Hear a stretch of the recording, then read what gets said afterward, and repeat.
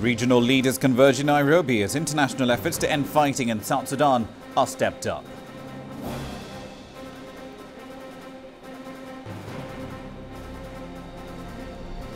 Panic in the city. More residents are fleeing Bangui in the Central African Republic following a fresh wave of killings in the capital.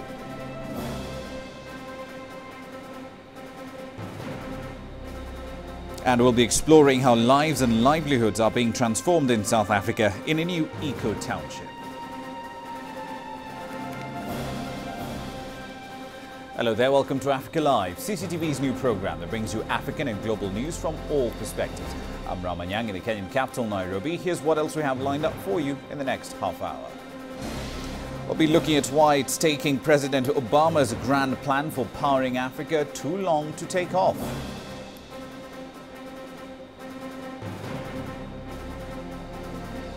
And the soccer fans will love this one. Manchester City decimated Liverpool in a thrilling Boxing Day encounter.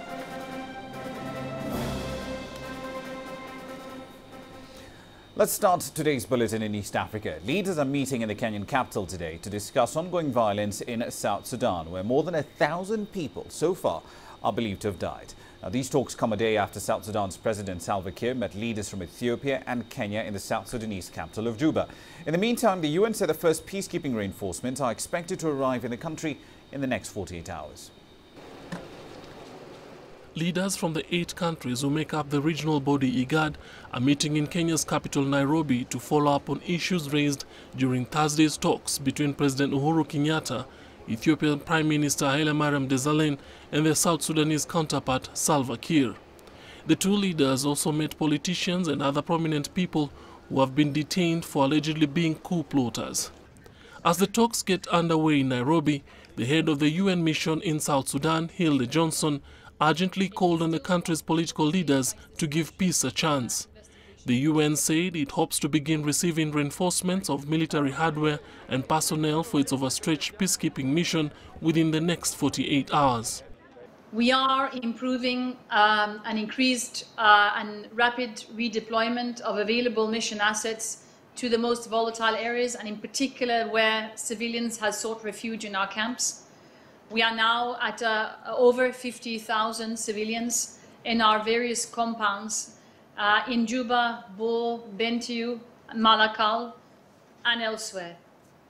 And their presence is an eloquent testimony to the acute need for enhanced UN operations in South Sudan. Therefore, we are not abandoning South Sudan. We are here to stay, and we are here to protect. Meanwhile, rebels have now gained control of half of Upper Nile State, a main oil-producing region. South Sudan military spokesman says the government troops control the other half of the key state, but expressed confidence of defeating the rebel forces.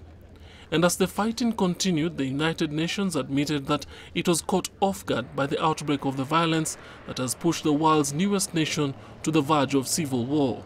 No, we did not see this coming.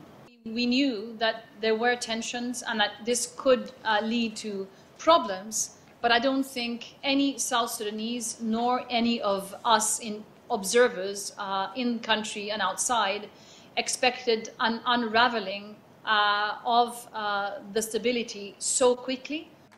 Western powers and East African states, keen to prevent more chaos in the fragile region, are trying to mediate between President Salva Kiir, a Dinka, and rebel leader Riek Machar, a Nuer, who was vice president until he was sacked in July. Some 50,000 civilians are seeking protection at UN bases across the country. South Sudan has struggled to achieve a stable government since becoming independent from Sudan in 2011. Noel Makugu, CCTV. Let's get you to more details on this. CCTV's correspondent David Lomoria joins us now on the phone from the South Sudanese capital of Juba. David, bring us up to speed with the latest on the conflict in South Sudan. Well, Rama, the situation in Juba and in elsewhere in South Sudan, the situation is calmer now. It's much calmer now. The violence have gone down in other states of the country. The only place we've been hearing is fresh conflict, but is in Upper Nile State. in the towns of Malakal, where we know the insurgents from the renegade troops, they're fighting the SPLA, and that the government said in the morning that they're flashing out the rebel faction, and they say that in the next few hours they will be able to retake the town of Malakal, and then the entire country will be under the control of the government. But what we know is that fresh fighting is still ongoing in Upper Nile, and that is the only state. The other states are quite calm and violence have gone down. David, leaders from the IGAD member states are meeting in Nairobi as part of efforts to resolve this conflict. What are the reactions to these efforts so far in South Sudan? Well, the African mediators have mounted pressure on the government of South Sudan to be able to give way for dialogue to go forward so that they can end the conflict that ravaged the country. And after President Uhuru Kenyatta and the second President Mariam Salem left the country, there has been an effort by the government to be able to put down the recommendation of the two leaders. And then they want now to give a political process a chance to go ahead. Then there was an issue about releasing the detained political allies to Riek Machar, which I believe the government is considering that they had not made sure they're going to release them. But that is what the government needs to consider, because right now as we talk to you, the information minister is briefing the media, and it's hoped that he will give a light on whether the government has decided to incorporate the recommendation from the IGAD leaders who were yesterday here in Juba. Indeed. Thank you very much for that update. That's CCTV's David Lumuri, of course, on the phone line from the South Sudanese capital of Juba. Now, China, of course, is taking a key role in international mediation efforts with regard to this particular conflict. For more on that, we're now joined live by CCTV's Teresa Siu. She is in Beijing, China. Teresa, China will be sending a special envoy to boost mediation efforts in South Sudan. Who is this person and when is he expected to arrive? Well, as we speak, the Chinese Foreign Ministry has not yet released the name of the special envoy that is supposed to be going to South Sudan for the peace talks. But the media reports have tipped that it would be a gentleman under the name Zhong Jianhua. He's actually an urbane veteran diplomat who's highly experienced in conflicts in South Sudan. Now, as far as the date is concerned, we don't have a specific date, except the Foreign Minister Wang Yi said it will be soon. Again, we don't know exactly when. He said this during his visit in Saudi Arabia, and he also said this is Beijing's way to show its willingness to help end the fighting and help South Sudan return to stability, and that it says that the Chinese government is actually watching how the situation evolves very closely, and that it will do what it could to do its peacemaking efforts. Now, this comes just after days China, had earlier called for all sides to stop the fighting. That China is taking a key role in mediation efforts following a conflict in Africa. But why now? Why is the government taking this decision at this point in time? Well, we could certainly look at this from an economic and diplomatic perspective. Very firstly, Beijing is a strong supporter of the current South Sudanese president. And from the economic perspective, China has extensive energy interest in the country. The biggest investors being state-owned giants China National Petroleum Corp, or CNPC, and Sinopec. Now, in recent days, 97 Chinese oil workers for CNPC were evacuated from the oil fields where fightings are reported, as you know, and the Chinese government has thanked the South Sudanese government for its efforts in evacuating and putting its people to safety. Now, China also sent safety alerts to its citizens in the country and says it will do whatever it could to protect its people and organizations. Now, this is just coming in right now. Chinese, I'm hearing this, China's biggest telecom equipment company, ZET, is sending thousands of employees in South Sudan over to actually evacuating them over to Ethiopia, Uganda, and Kenya. So just to sum this up, China is doing this for both diplomatic and economic reasons. Live in Beijing, back to you. Indeed, thank you very much for that. That's CCTV Teresa Siu live from the Chinese capital of Beijing. Now, time for a short break. Here's what's coming up next. Panic in the city when we come back. More residents are fleeing the capital of the Central African Republic following a fresh wave of killings.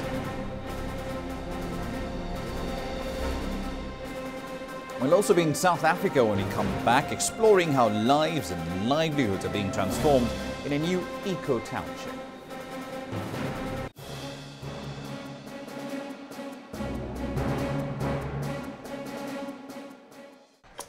In our final edition this year, we'll be recapping the moments and events that shaped 2013. We shall not relent on the war on terror. More of the ICC interference will come on the continent. We'll take you down memory lane. Police officers are down.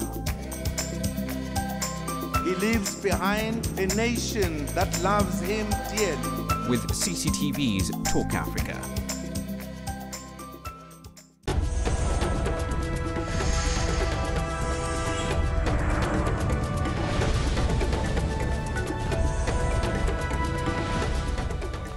About 10:10 GMT, you're watching Africa Live. Let's take you to the Central African Republic now. 44 bodies have been recovered from the streets of the capital, Bangui, according to Red Cross workers there. This comes in the wake of sectarian violence in the last 2 days, in which at least 6 Chadian peacekeepers were also killed. Authorities say they have uncovered a mass grave with 30 bodies near a military base used by Seleka rebels.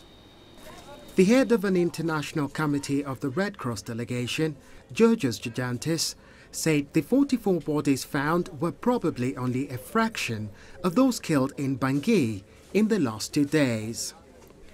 Violence has been at extremely high levels in the Central African Republic.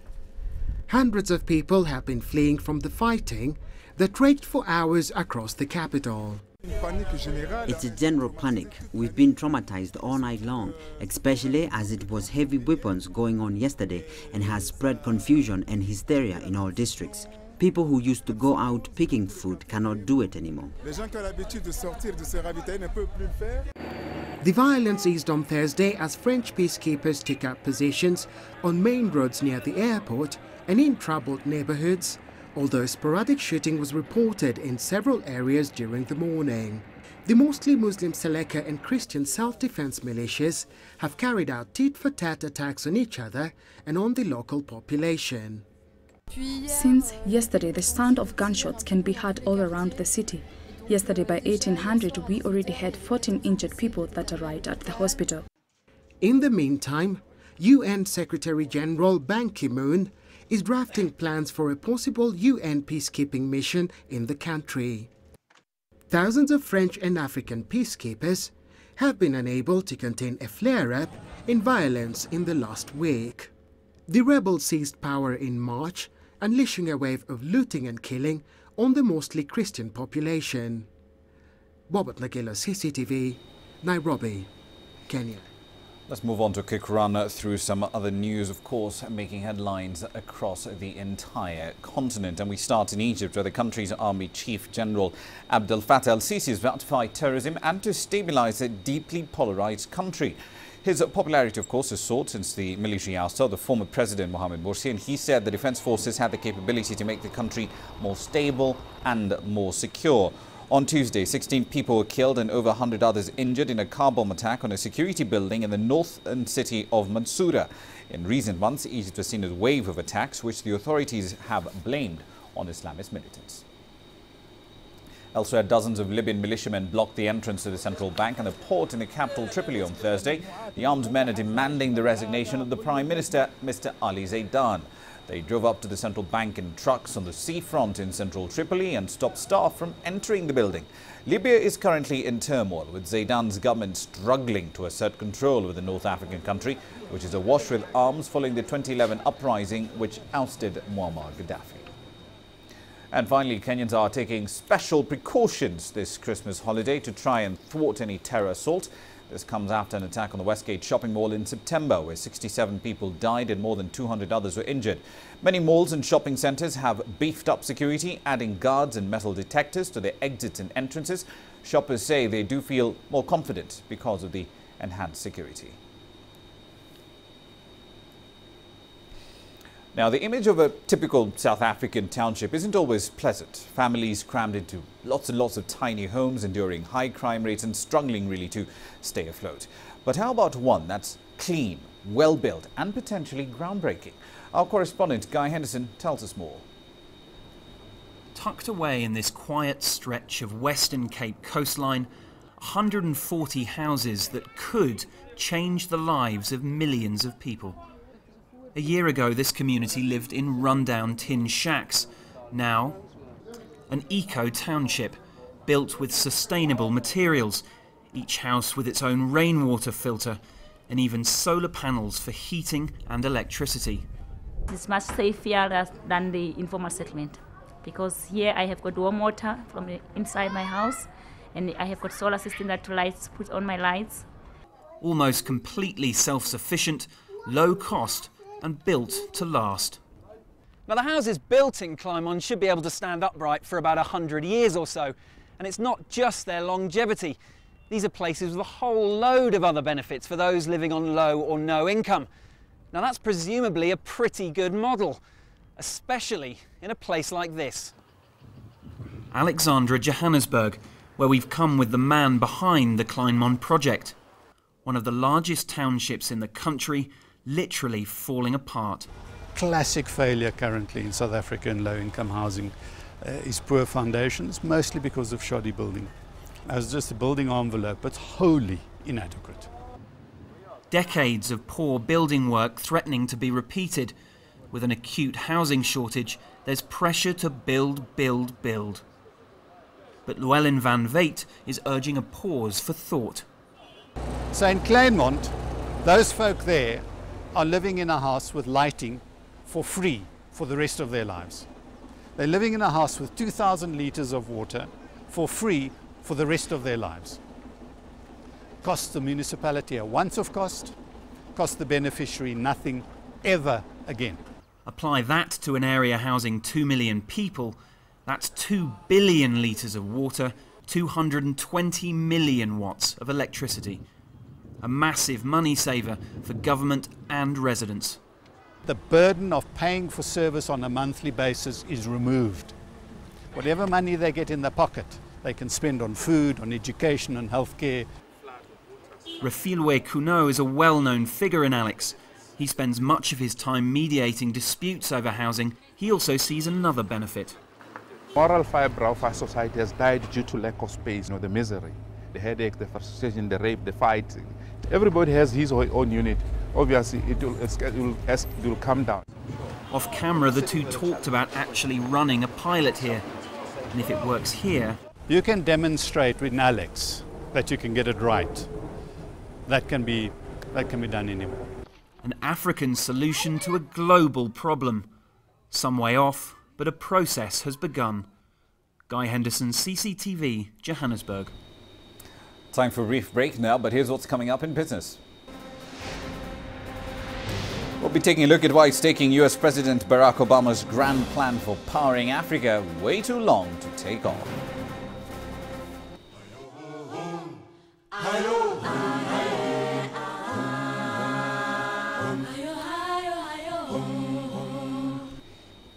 Now, rebels in South Sudan have seized some oil wells and captured about half of the capital of the main oil-producing region. That's the Upper Nile state. This follows clashes between rebels and government troops in the capital, Malakal. The army spokesman, Philip Aguirre, told Reuters that the rebels controlled half of the town while government troops controlled the other half, but he said that he was confident the rebels would be defeated soon. Oil production in South Sudan fell by about a fifth to about 200,000 barrels of crude every day after rebels caused the shutdown of oil fields in Unity State. And that partly led to the highest price of crude so far this month at $112.12 a barrel on Thursday. South Sudan's Petroleum Minister Stephen Dow, however, said that the production in the Upper Nile state was not yet affected by rebel activity. Over 70% of African residents have no access to electricity. The US President Barack Obama said he wanted to help fix that problem when he visited Tanzania 6 months ago.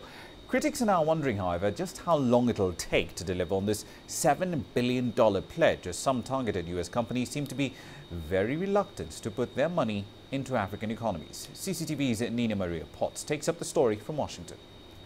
It's been half a year since President Obama promised to generate enough electricity to transform the lives of millions of Africans. Now, the first step that we're going to take is to try to bring electricity to 20 million homes and businesses.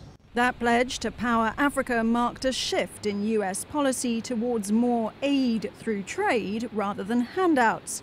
And this administration says it wants the private sector to play a much bigger role in Africa's future development. Our commitment to Africa is based on our belief in Africa's promise and Africa's future, and we want to be part of that future. But getting US power companies interested hasn't been easy, put off by negative perceptions of Africa's business climate, which is why supporters of the president's power plan say its value isn't just about the cash. It's early in the process. Power Africa was unveiled, obviously, in South Africa and Tanzania just a few months ago, so it's early. We're all impatient. We all want to see it done yesterday. But I do think they're moving in the right direction. The administration is locating people on the continent, people who have specific experience in project development, in transactional work.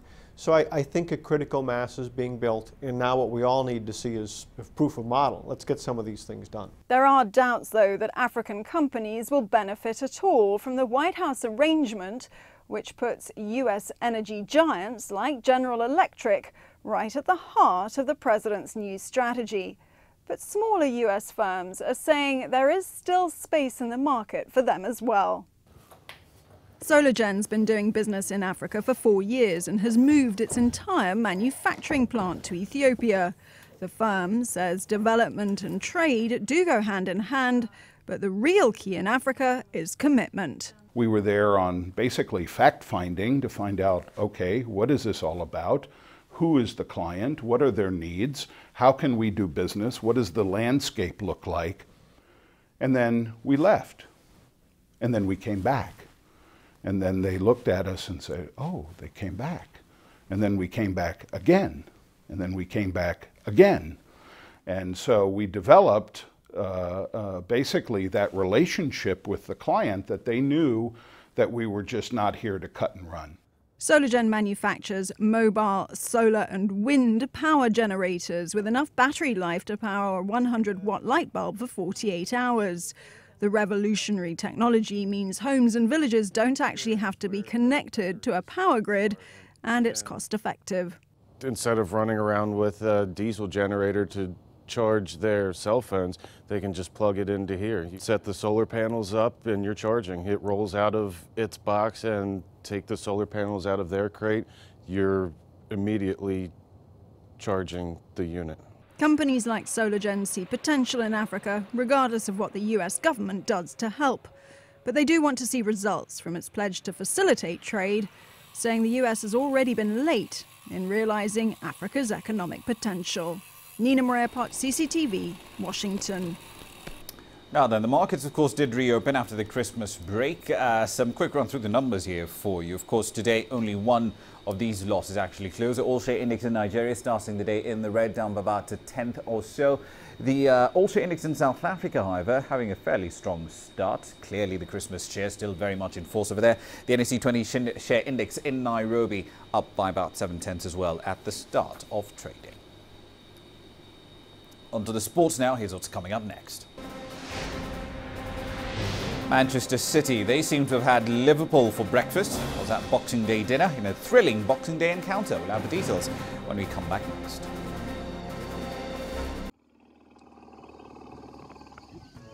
I enjoy being with the elephants. Sometimes it doesn't feel like I'm working. I feel like I'm just relaxing with the elephants. Just because they're very calm, they're very polite, they're very intelligent.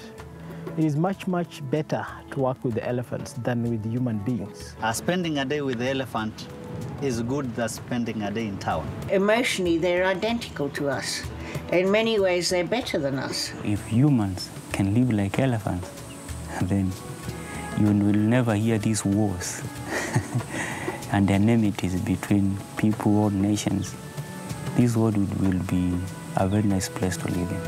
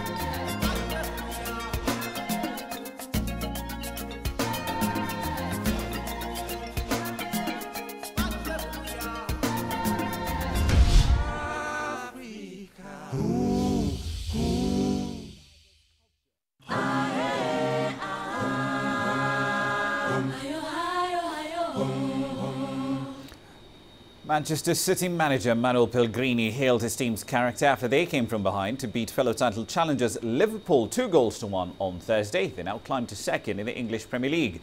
Manchester City fell behind to Felipe Coutinho's early goal. Vincent Kompany and Alvaro Negredo struck before half-time to ensure their side maintained a perfect home record so far this season. The Chilean went on to pay a compliment to his goalkeeper Joe Hart, saying he had a return to form and was, at the moment, the best in England. The 2012 champions and runners-up last season are 1 point behind league leaders Arsenal and 2 clear of 4th-placed Liverpool. Liverpool was the best team of the Premier League. They were at the top of the table before the match, so if they win us, they will take 4 points on top of our team. So it was very important, especially when we were losing 1-0, to have the personality of the team to go for the game. They were absolutely outstanding. They had no help whatsoever from the officials. I never go on about officials, but I thought today they were horrendous in terms of performance. You know, we had nothing that went our way at all. But I'll focus on the players. They were outstanding. Really took the game to a team that is a top side, you know, full of top European players. And as I said, we're disappointed not to have won the game. Frenchman Jo-Wilfried Tsonga beat Wimbledon champion Andy Murray on the opening day of the World Tennis Championship in Abu Dhabi on Thursday. Murray went down 7-5, 6-3 to 10th-ranked Tsonga. This is the first time Murray is playing since he had back surgery in September. In another match, David Ferrer won 9 of the last 10 games on Thursday to beat the Swift's world number 8 Wawrinka. Tsonga will now face world number 2 Novak Djokovic in the second semi-final on Friday. Ferrer, on the other hand, will be meeting his fellow Spaniard and world number 1 Rafael Nadal in the first. And that's it for this edition of Africa Live on the 27th of December. Do remember you can stay in touch with us online. On Twitter, we're using the handle @CCTV News Africa. Also on Facebook @CCTV Africa. Thanks for watching. We'll see you at 1700 GMT.